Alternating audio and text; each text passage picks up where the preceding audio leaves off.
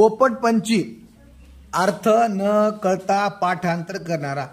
बघा स्पर्धा परीक्षेमध्ये जे मुलं नाही का असे करतात ना, घोकंपट्टी करते बघा उठून सकाळी पाठांतर, तर त्याला महत्व नाही. त्याचा अर्थ समजून आशय समजून पाठ नाही करायचा, आशय समजून लक्षात ठेव, त्याला लक्षात ठेवायचं. लक्षात ठेवलं की ते विसरत नाही.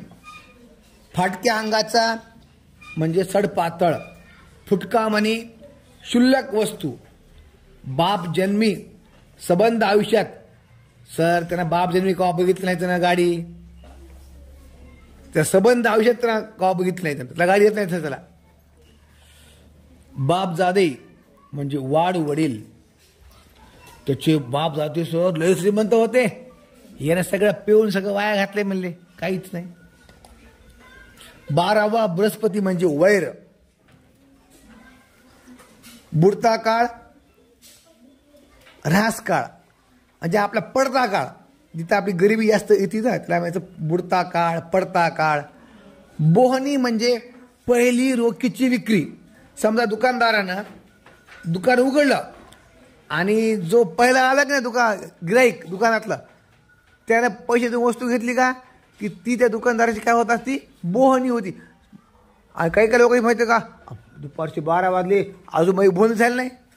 बोहनी म्हणजे काय, पहिले गिराईक बी अजून दुकानात आलं नाही म्हणून माहिती आहे का, बोहनी टायमाला नाही का दुकानदार माहिती, ज्या भावात मागितलं का त्या भावात थोडंसं देते बघा, लय हे करीत नाही, किसकिस खाऊन.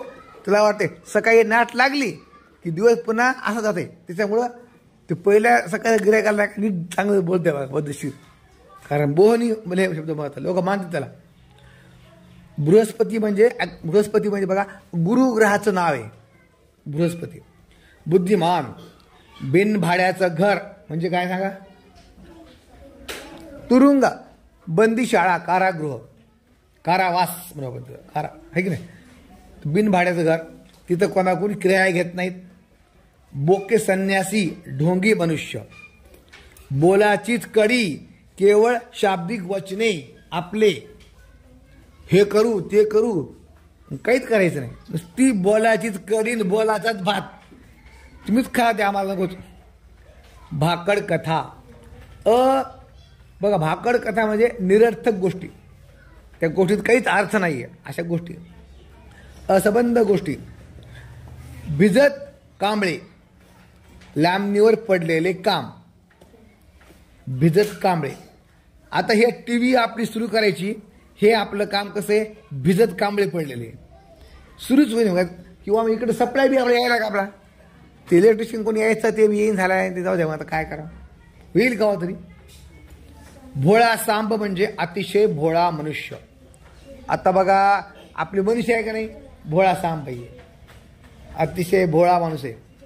भगीरथ प्रयत्न, आटोकाट प्रयत्न.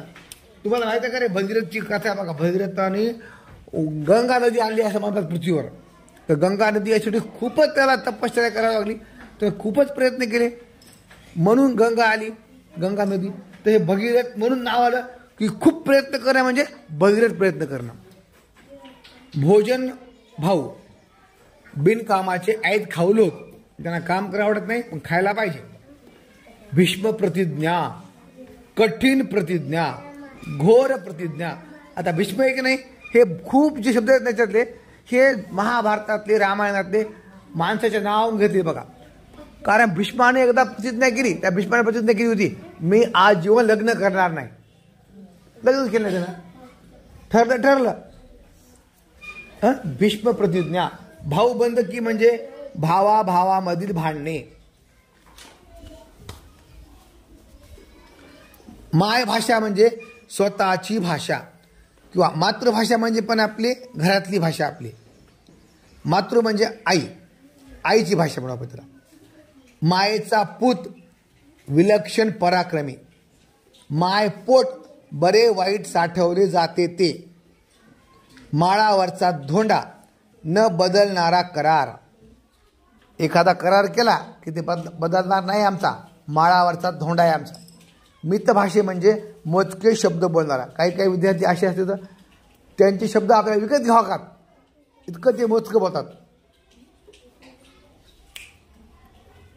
मुग्धा म्हणजे 16 वर्षाच्या आतली स्त्री, बघा मुलगी आहे की नाही, मुग्धा.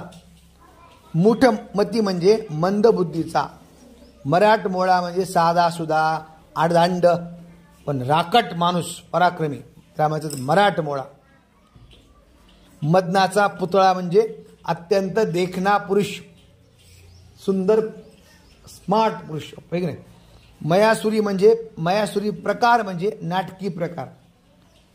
मयासूर एका राक्षसाचं नाव आहे म्हणून त्याला हे. मल्लीनाथी म्हणजे टीका, एखाद्या टीका करणे. मुखस्तंभ म्हणजे मुख दुर्बल किंवा फारसे न बोलणारा, गप्प गप्प राहणारा, अबोल म्हणून आपण त्याला. इथं काय नाव दिले, मुखस्तंभ. मुक्ताफळे म्हणजे वेडेवाकडे, वेडेवाकडे शब्द मुक्ताफळे.